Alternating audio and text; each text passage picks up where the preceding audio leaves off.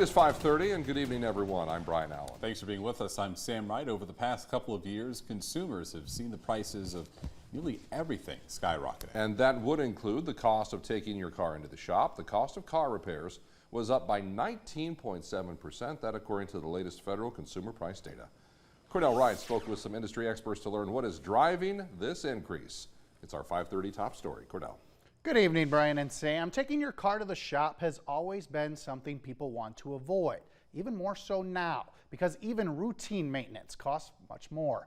After speaking with some Sioux Falls shop owners, we learned that the price jumps are just an attempt to keep up. Last 2 years have been absolutely crazy. It's not getting any easier.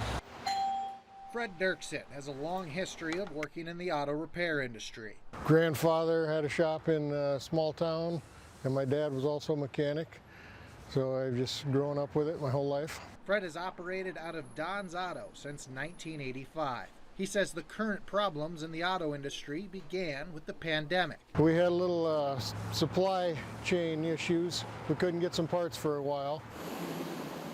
Now, shops are able to get their hands on the parts, but costs have skyrocketed. Cars are getting more difficult to work on. The equipment to work on them is getting to be more expensive.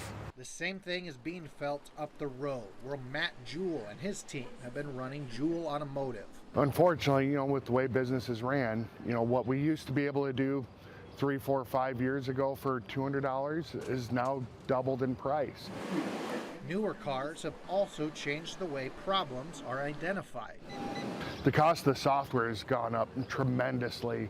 Just to be able to scan and diagnose these vehicles, you've got to be more into the IT side of things and be able to read the computer lines of data and figure out what's going on with the car. And to top it all off, labor in the car repair industry has become increasingly scarce. Skilled technicians are getting harder and harder to find, with the guys that are in their 60s that have been doing this for years are retiring. Now it's, trying to get the new market in, and we're having to pay a lot more to get these skilled technicians. All of this culminates into a higher price when you receive your final bill. However, Jewell tells me with the increased costs also being seen in the used car market, people are opting to make the repairs rather than purchasing another used vehicle.